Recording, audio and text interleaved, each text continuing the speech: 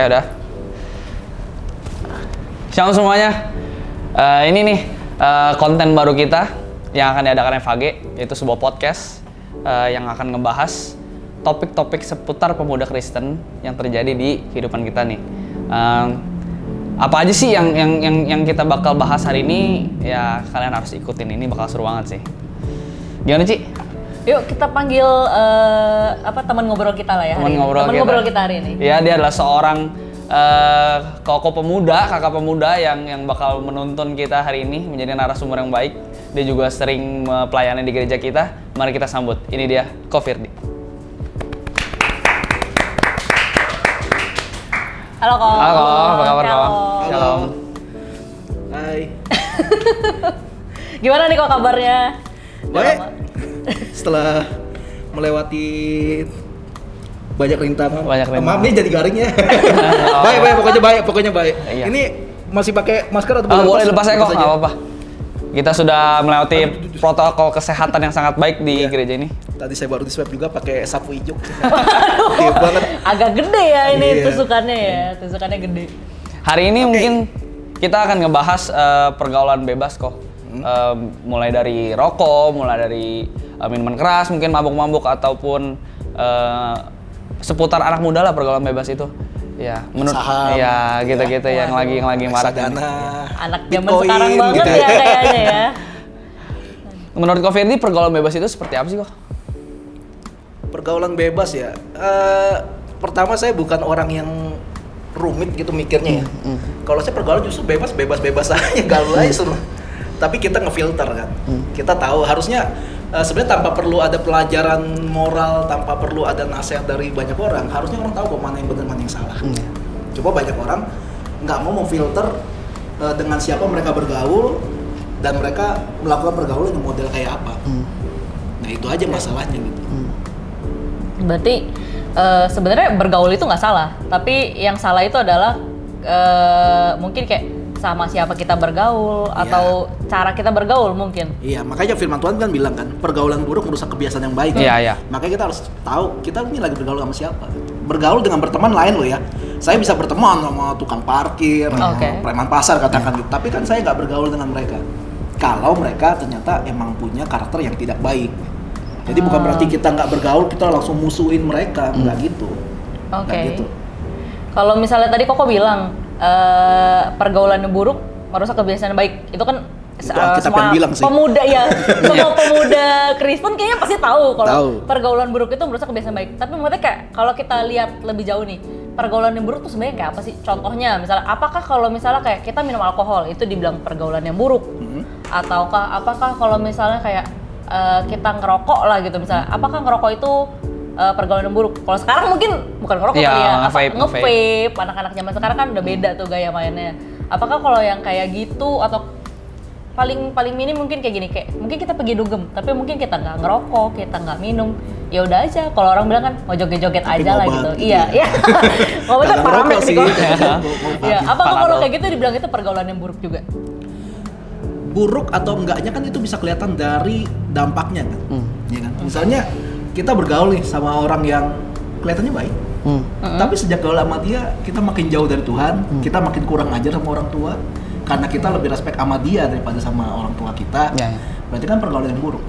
Nah kalau mengenai kayak rokok, minuman keras, itu lebih ke pengembangan dari pergaulan itu sendiri. Sekarang kalau ditanya gini, kan banyak orang nih belakangan nih pada suka ngajuin pertanyaan yang sama. Rokok dosa nggak sih? Standar lah ya, itu standar tuh. Minum alkohol dosa nggak sih? Terus tato dosa nggak sih? Yang jadi masalah kan bukan di rokok, minum sama tato. Masalahnya di pertanyaannya, dosa nggak sih? Lo sekarang nggak usah jauh-jauh, lo berpikir yang jahat tentang sesama lo, dosa nggak? Ngapain kejauhan mikirin gitu dulu? Masalahnya kan ada pertanyaan kan. Kalau segala sesuatu patokan pertanyaannya adalah dosa nggak sih? Loh kita kan bukan Tuhan. Siapa kita sampai kita bisa ngejudge ini dosa, ini enggak. Tapi kita tahu rokok itu baik apa enggak. Gitu. Jadi kita harus fair ketika kita melihat keadaan dan kita punya status sebagai anak Tuhan. Kita harus fair. Yang paling sering didebatin kan soal rokok ya. Kalau nanya gue, boleh nggak orang ngerokok? ya silakan.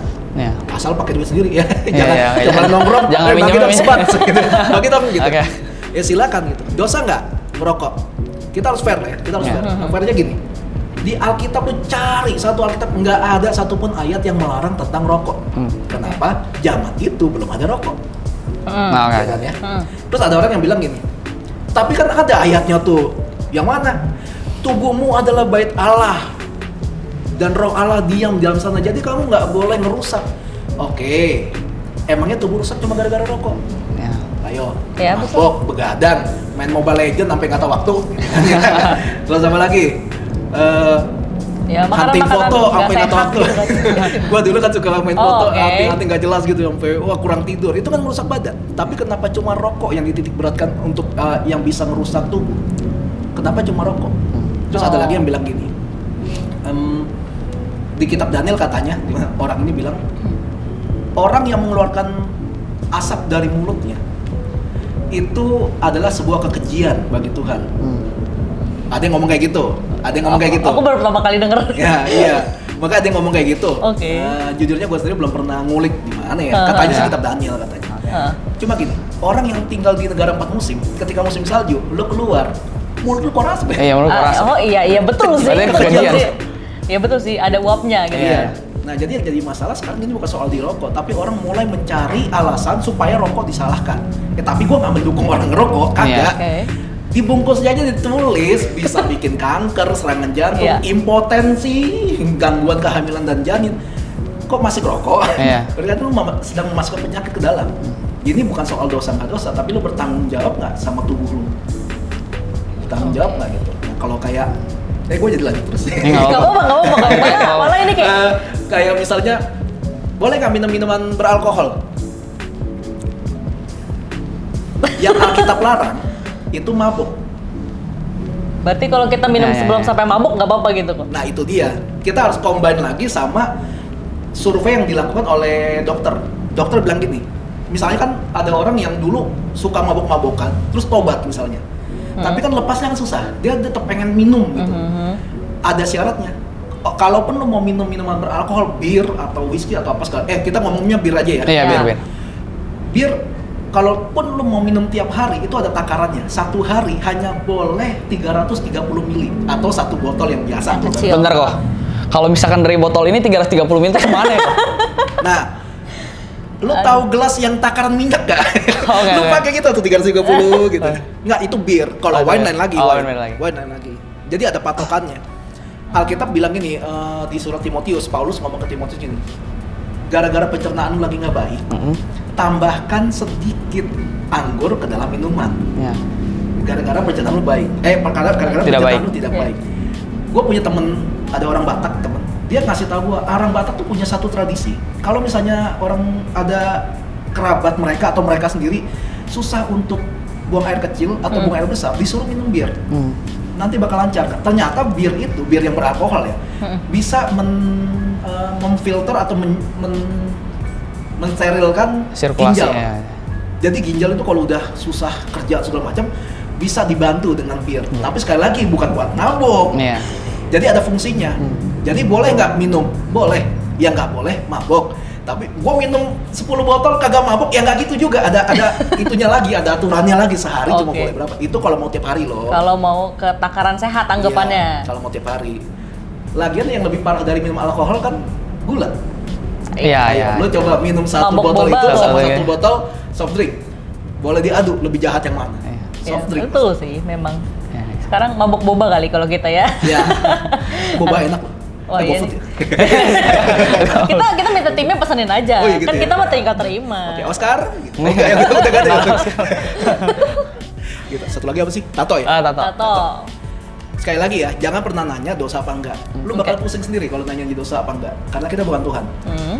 Tato salah apa enggak? Gini, orang-orang pada pakai ayat dari ayat kitab Bilangan. Saya lupa pasal berapa. Cari sendiri atau mungkin bisa tayangkan di bawah ini. Ya. Oh iya, ada tuh yang Bilangan berapa kita nggak gitu. boleh Iya, kita- menggambar tubuh ya. Iya, iya, iya. Yang bilang janganlah kamu merajah tubuhmu.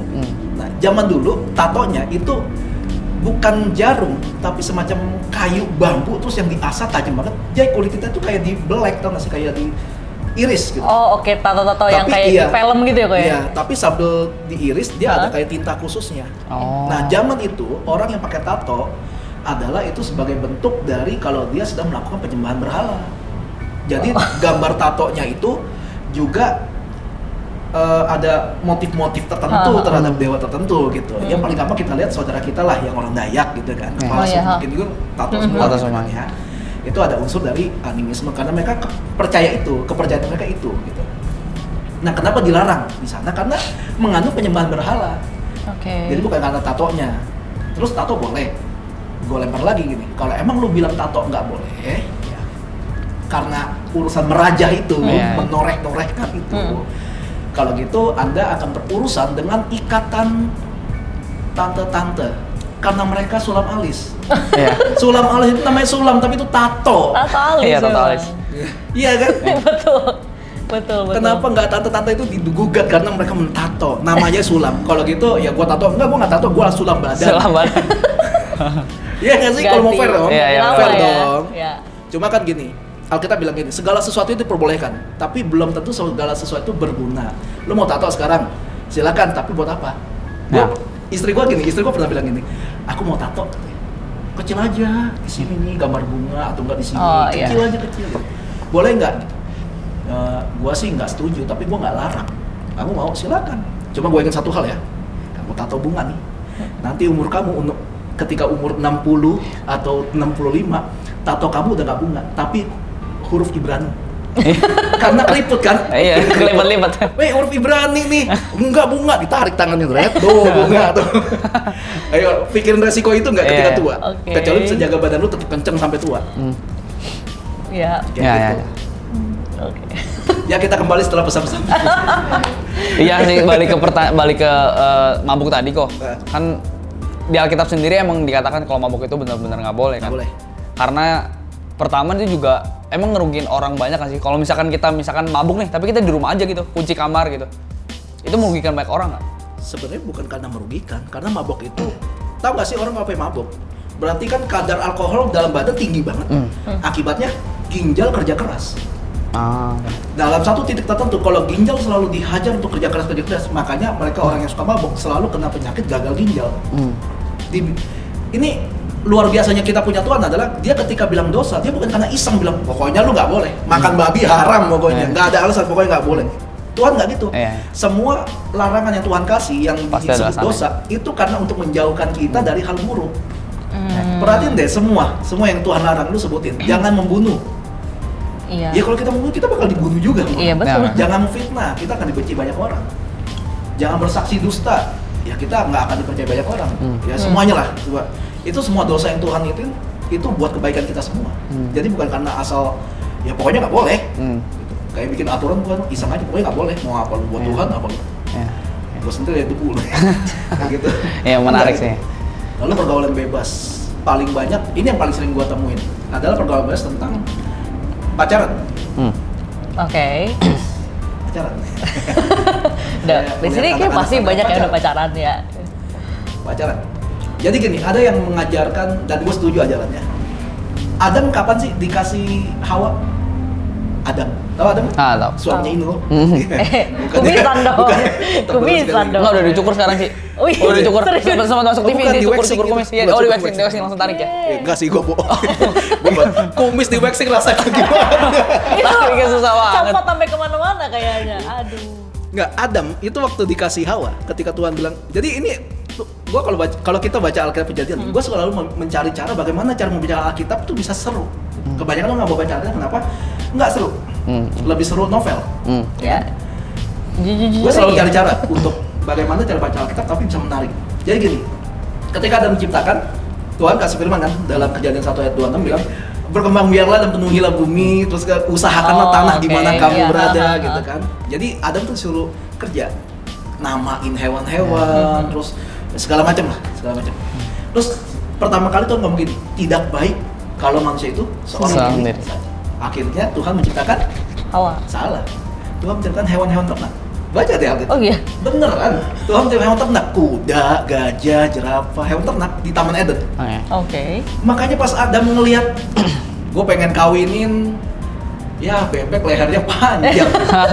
Gajah hidungnya panjang, kuda mukanya panjang, nggak ada yang cocok. Makanya baru kedua kali Tuhan ngomong nggak baik nih manusia seorang diri aja, baru dibikin tidur. Tuhan melakukan operasi. Kan tulang rusuknya diambil. Ya, terus diisi jadi pakai daging urat. Tuh. Mau soun? Pokoknya diisi daging urat organ segala macam, akhirnya jadilah Hawa. Gitu. Akhirnya jadi Hawa. Jadi Hawa dibawa ke Adam ketika Adam sudah bekerja. Oke. Jadi cowok-cowok kalau mau pacaran, usahakan lu udah punya penghasilan sendiri. Bukan masih minta uang sama orang tua. Nah, wanita nggak perlu cari-cari jodoh, tapi ketika lu memperlengkapi diri dengan banyak-banyak hikmat, makanya kenapa kalau ada retret, ada pria sejati, kenapa lawannya wanita bijak? Nggak ada wanita sejati. Iya kan? Nggak ada. Tapi wanita bijak, kenapa? Kekuatan wanita ya kebijaksanaannya itu. Makanya selalu dibilang ini kan, di balik pria-pria hebat selalu ada wanita bijak yang mendukung dia. Makanya wanita itu kalau bijak nggak usah nyari di bawah Tuhan. Nah ini, jadi nggak usah nyari-nyari gitu. Jadi tapi kalau pria, lu harus punya pekerjaan yang benar dulu, penghasilan yang oke, baru lu mencari pasangan atau dipertemukan Tuhan dengan pasangan lo gitu. Ya bukan berarti lu diem aja terus pergi Tuhan nggak gitu, lu bekerja. Bekerja. Jadi soal pacaran harusnya kayak gitu. Cuma gini, banyak orang karena gua lingkungannya banyak anak-anak sekolah, mereka tuh pergaulannya tuh gini, mereka pacaran bukan karena suka. Trust me, anak-anak sekolah pacaran kebanyakan bukan karena suka, pamer ke siapa? Gengsi ya? Loh, pamer gini. Yang itu udah punya pacar, yang ini punya pacar, gue belum. Atau enggak ada primadona cewek di sekolah, kalau gue bisa dapetin, Ini ada satu cerita yang miris sih, ini udah lama banget cerita sih. Ini gue pribadi pokoknya miris deh pokoknya. Jadi ada satu sekolah gitu, tapi udah SMA gitu ya, ada playboy. Pokoknya ini playboynya benar-benar playboy yang benar-benar yang level ya kadal gitu ya. Pokoknya setiap kali pacaran pasti dia akan ngapa-ngapain sama pacarnya itu. Nah suatu hari di situ ada cewek yang ternyata benar-benar jual mahal banget, tapi mukanya juga oke, maksudnya cantik segala macam. Akhirnya dia kejar-kejar cewek ini terus, sampai dia lupa kalau dia playboy. Jadi kejar terus dikejar sampai lama-lama luluh juga. Akhirnya ceweknya ngeliat, oh dia serius sama gua. Akhirnya terima. Dan jalan sampai berapa lama. Tapi nih cowok selalu kepengen nyobain cewek ini. Nyobain, nggak pernah dikasih loh. Jual mahal, nggak pernah dikasih. Pokoknya mereka pacaran lama. Bener-bener untuk ukuran playboy ini lama banget pacaran, bisa berapa tahun gitu loh. Playboy kan kadang-kadang 2 jam udah selesai. Ini udah beberapa tahun segala macam, sampai suatu hari cewek ini luluh juga akhirnya. Suatu hari cowok ini waktu ulang tahun dia minta kadonya yang untuk melakukan hal itu. Ya perlu di tap gitu ya. Akhirnya luluh juga cewek, akhirnya dikasih. Dia pikir nih cowok udah berubah. Setelah dikasih, cowok ini berpikir gini, ternyata sama aja, diputusin. Masih sekolah itu. Makanya kenapa pacaran pada usia yang tepat itu benar-benar sangat baik. Ketika orang yang pacaran sudah bekerja, otaknya tuh udah bukan otak main, udah kerja kan sebenarnya. Maka kenapa penting banget wanita kasih harus punya kebijaksanaan, makanya rajin baca buku lah gitu, atau nama-nama ilmu. Gua pernah ketemu juga sama orang yang suka, tau gak sih? Yang suka ngata-ngatain pelacur itu wanita murahan. Dia pokoknya seneng banget ngatain perempuan pelacur itu dengan sebutan wanita murahan. Dia seneng, tapi dia sendiri nggak benar. Maksudnya nggak benar juga. Akhirnya gue bilang ini sama dia, karena udah kesel kali ya. Gue bilang ini ya, itu wanita pelacur, dia menjual diri setelah berhubungan, dibayar. dapat duit. Lu putus ganti, setiap kali ganti lu berhubungan dapat apa? Dapat malu. Masih lebih murahan dulu daripada pelacur itu. Mohon maaf. Gitu. Makanya kalau kita ngomong pergaulan bebas memang luas banget gitu. Jadi kalau pergaulan bebas ada yang buruk, ada yang baik.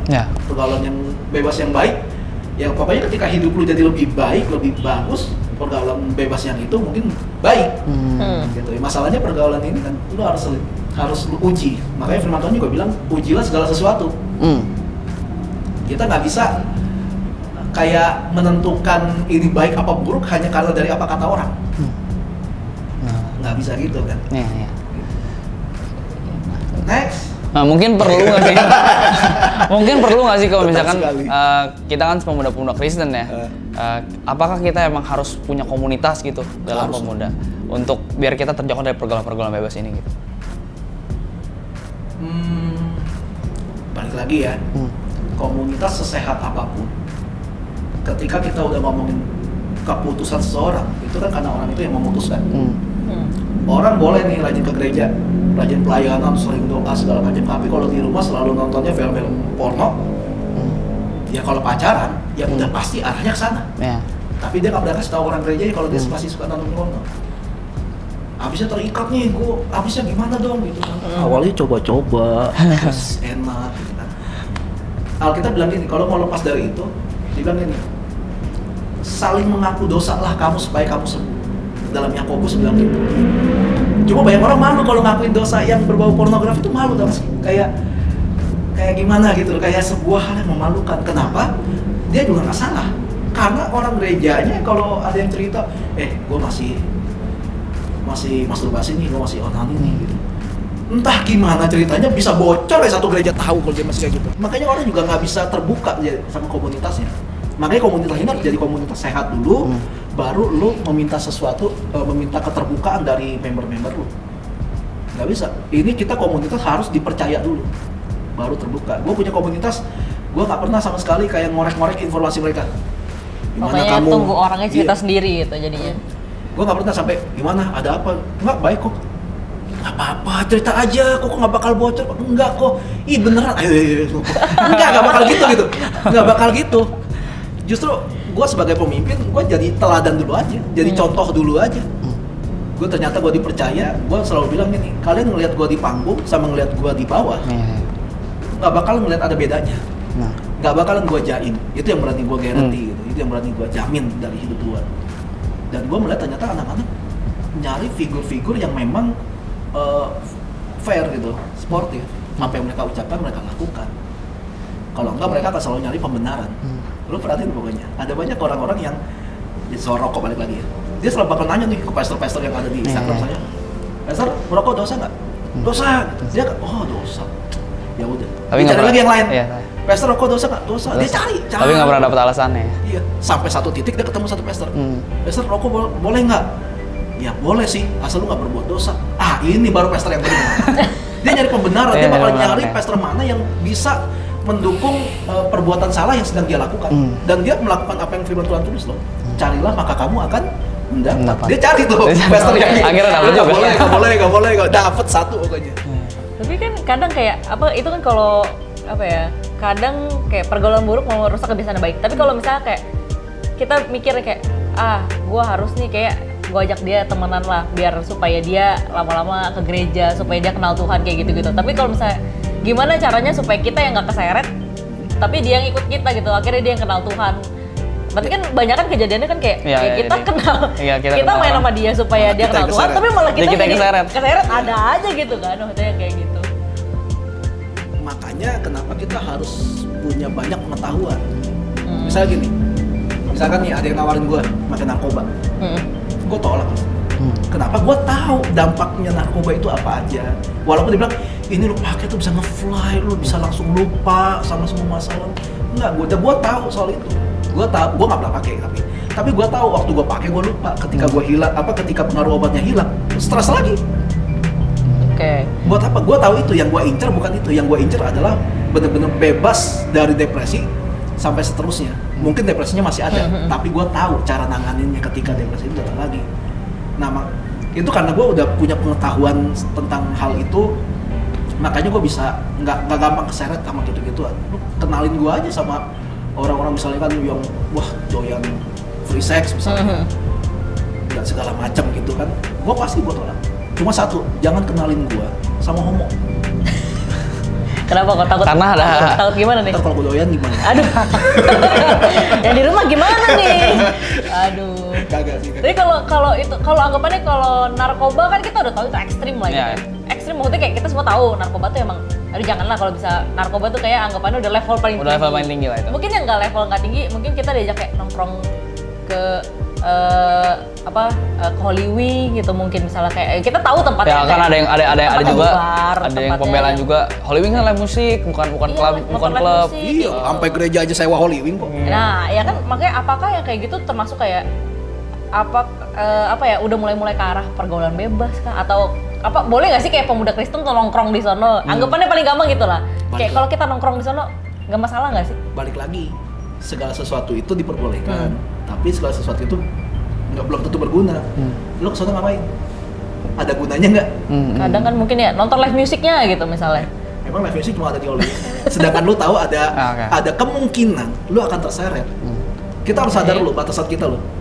Gua nih misalnya gua dulunya lama banget struggle di dosa pornografi. Lama banget gua sampai wah ini otak udah kemana-mana deh pokoknya deh dulu. Nah akhirnya sekarang gua sadar kelemahan gua di mana walaupun sekarang gua udah hamba Tuhan segala macam. Cara yang sama akan selalu dipakai iblis buat bikin gua jatuh. Nah kalau gua diajak nongkrong ke model-model kayak gitu pasti gua tolak. Kenapa? Gua khawatir gua keseret. Oke. Jadi gue sadar diri gitu, jadi jangan tenang dengan iman. Oh, iya dengan iman. Tapi kalau pakai iman bukan berarti otak lu jadi nggak kepake kan? Iya kan? Kapan sih lu ketika sakit perut pengen pup lu nanya Tuhan gue boleh ke WC? Kan nggak gitu. Ada otak buat mencerna itu semua gitu. Jadi kalau lu tahu lu lemah di situ, lu dengan tujuan have fun aja. Lu have fun mah ke Dufan. Asik Dufan. Ngapain ke Holy Wing gitu maksudnya. Kalau lu tahu di dalam sana ada hal-hal yang mungkin lu nggak bisa handle. Mungkin ada teman-teman kita yang memang pelayanannya justru narik-narikin anak-anak yang di tempat-tempat kayak gitu, tempat-tempat dugem lah atau karaoke atau apa segala macam mungkin ada. Tapi kalau kita bukan orang itu, jangan mencobai diri sendiri. Oke. Kadang-kadang kita masuk dalam dosa bukan karena digodain iblis, kita yang ngegodain diri sendiri. Udah tahu Coba-coba lah ya. Udah tahu nggak bisa handle. Oke. Gitu. Iya, tapi apa ya? Kalau selain itu misalnya kayak misalnya nih aku udah tahu aku sekali kadang aku suka minum. Maksudnya kayak ya, kalau lagi ngumpul sama teman atau misalnya kayak lagi nginep bareng gitu. Karena aku ya masih minum alkohol, ya udah minum aja. Tapi kan yang nggak sampai mabok, yang bener-bener kayak paling minum segelas kayak gitu kan. Ya kagak gitu kok. Segelas biasa. Segelas biasa. Ada gelas yang gede. Kagak gitu. Gelas root Itu beer. mah galon namanya kalau gitu. Udah pakai maksudnya pestotan lagi. tapi kan ada beberapa mungkin yang kayak gereja-gereja yang kayak aduh kalau kamu masih minum, kamu ngerokok atau apa, nggak boleh pelayanan nih kayak gini. Nah kalau Koko gimana? Kalau Maksudnya masih kayak, minum. Ya misalnya kayak ada yang minum alkohol atau enggak, apa. misalnya dia kayak suka apa ya? Ada juga mungkin di gereja yang kayak rambutnya nggak boleh dicat kayak gitu, yang ditindik. Tapi kalau dipilok boleh. Rambut kalau bercat. Ada kan yang kayak gitu kan? Kalau kayak apalagi kalau sebagai apa ya? Kita anak pemuda pelayanan pasti banyak dilihat banget deh kayak nggak boleh begini. Anggapannya kayak kalau dibilangnya kita harus menjadi kayak role modelnya di gereja tuh nggak boleh. Kok lu pelayanan tapi kelakuan lu begini? Ya. Atau kalau nggak kayak dilihatnya kayak oh kok lu pelayanan tapi rambut lu dicat atau lu ditindik. Misal kok cowok kan mungkin ditindik lebih agak nggak biasa, kok cewek kan mungkin rada biasa gitu kan. Kok ditindik, kok begini, kok begitu. Apakah sebenarnya apa nggak apa-apa sih kalau buat pemuda kayak gitu? Sebenarnya satu kali conversation ini pertanyaan banyak banget. Pertama gini, kalau ada gereja yang sampai ngomongnya persis kayak gitu ya, masa lu orang Kristen tapi masih minum alkohol, berarti suruh dia hapus perjamuan kudus. Lo itu betul anggur juga. beneran. Iya. Ya kan? Oke, Minum. Dia bilangnya minum soalnya. Ya minum. Oh iya. Ya tapi jangan deh. Terus kalau kayak soal rambut dicat, apa namanya? Tindik. Tindik kayak gitu kan. Terus dan lain sebagainya. Pertama gini, kalau gue pribadi boleh enggaknya itu gue tetap dasarnya pakai Alkitab. Alkitab kalau nggak melarang, kenapa gue harus larang? Pertama itu. Terus kedua gini, kita harus sadar kita berada di mana. Misalkan kita ada di gereja ini nih. Lo ya gereja ini ada aturan kalau yang pelayanan rambut nggak boleh dicet, kuping nggak boleh ditindik. Ya itu udah jadi aturan. Lu suka nggak suka lu berada di tempat ini ya lu harus taat. Oke. Oke. Iya dong. Iya. Ya kalau mau ya jangan di sini gitu kan. Tapi kan jadi aneh kan, cuma gara-gara rambut nggak mau dicat lu pindah gereja kan aneh, konyol banget itu. Itu kan. Nah, ada yang bilang gini, kenapa ini nggak boleh? Katanya, bukan katanya sih. Zaman dulu tuh kan zaman perbudakan. Ada istilah yang dipakai, yang suka dipakai sama teman-teman di gereja di Semarang. Ada satu kata di Alkitab Perjanjian Lama namanya hineni. Hineni itu kayak saya lupa arti aslinya, lupa. Tapi kayak dia Israel itu kan ada yang namanya tahun Yobel kan, di mana orang budak bisa jadi bebas. Orang yang punya utangnya dibebasin. Nah, budak yang dibebasin itu akan tanya, oke, ini sudah saatnya kamu bebas. Enggak, saya cinta sama majikan. Saya nggak mau, saya mau jadi budak Anda selamanya. Misalnya cinta banget sama majikan, mungkin majikannya baik atau gimana. Oh, saat itu berarti kamu akan jadi budak saya selamanya dan akan ditandai dengan tindik di kuping tuh. Tahu nggak tindik yang ini loh, yang ininya gede banget yang anak band sekarang nggak pakai tuh. Nah, jadi suka dibilang sebagai lambang perbudakan. But kalau nanya gua, ya itu kan ya udah cuma lambang. Sorry ya, ini aku nanya dikit. Misalnya gini, gua lagi ngobrol, lagi denger musik, terus gue kasih lambang tangan begini. Zaman dulu itu kayak kesannya kita kayak lambang setan ya kan? Karena orang-orang gereja setan suka pakai lambang itu buat nunjukin eksistensi mereka sebagai pengikut gereja setan. Tapi gue pernah sekali gue kayak gitu kan, gue kasih kode gitu. Sekarang gue dimarahin. Kok pakai lambang setan? Lambang setannya mana?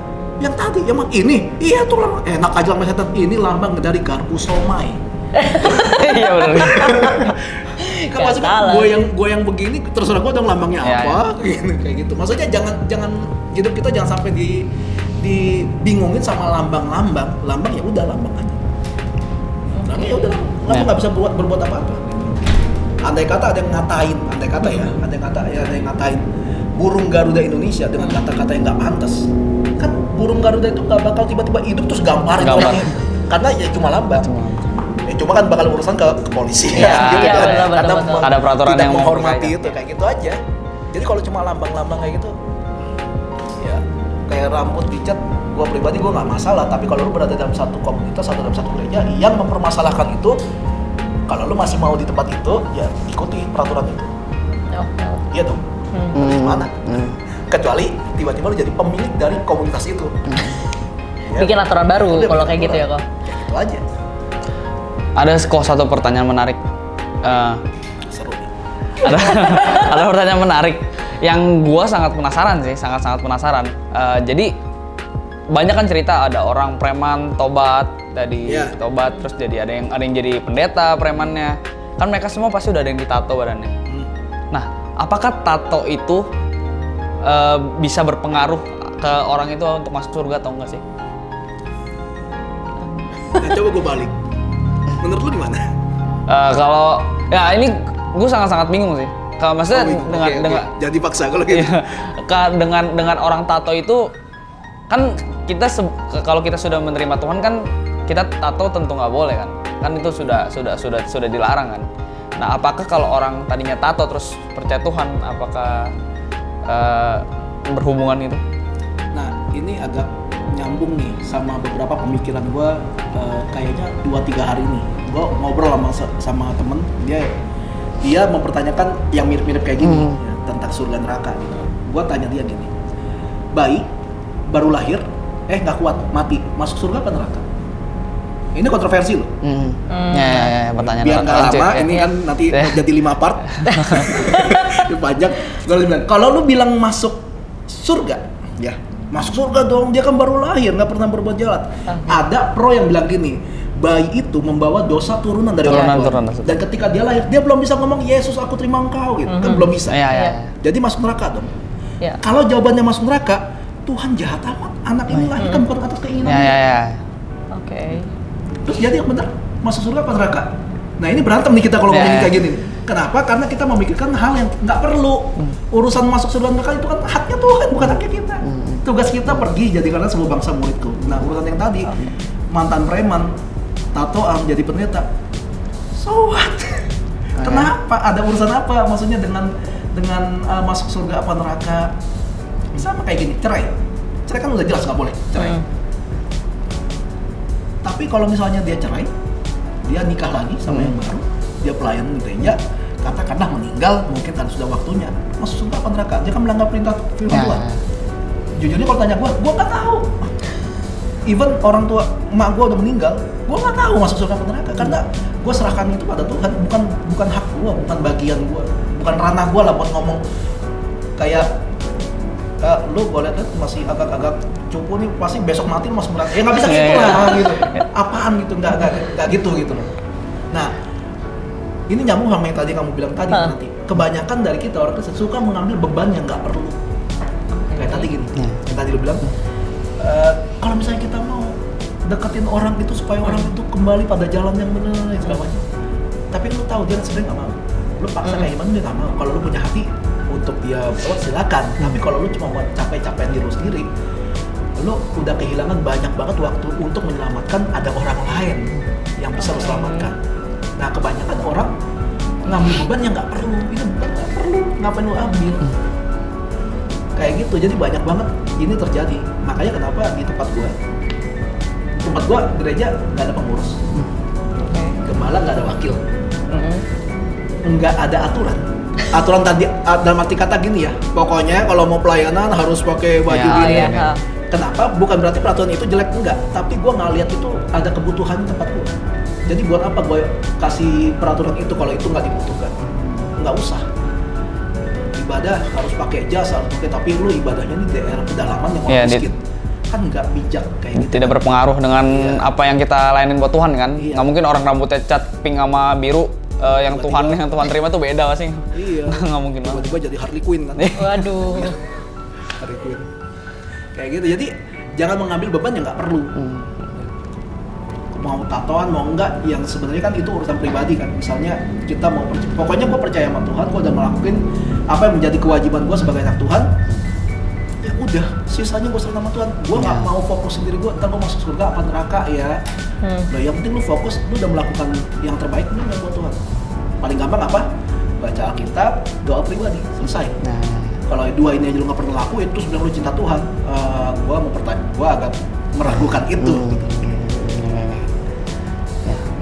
Berarti udahlah, anggaplah kita menutup ini. Berarti kalau menurut Koko tuh pemuda Kristen, kalau kita bilang pemuda Kristen, menurutnya gimana sih harusnya kita bersikap atau kayak penampilan kita harusnya seperti apa sih supaya orang lihat kita tuh sebagai ya ini pemuda Kristen. Penampilan.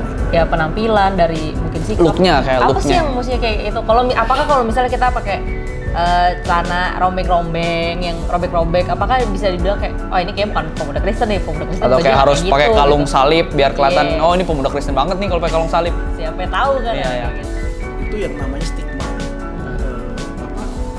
Ada hal-hal yang ditaruh sama orang untuk menjadi sebuah label tertentu. Kesannya, gue dulu ada temen, dulu sih pertama kali ketemu gila keren abis gitu loh, rambut mau spike, mau keren. Begitu jadi pendeta, klimis gitu. Jadi kayak Anda siapa ya? Beda jauh. Jadi kayak beda orang.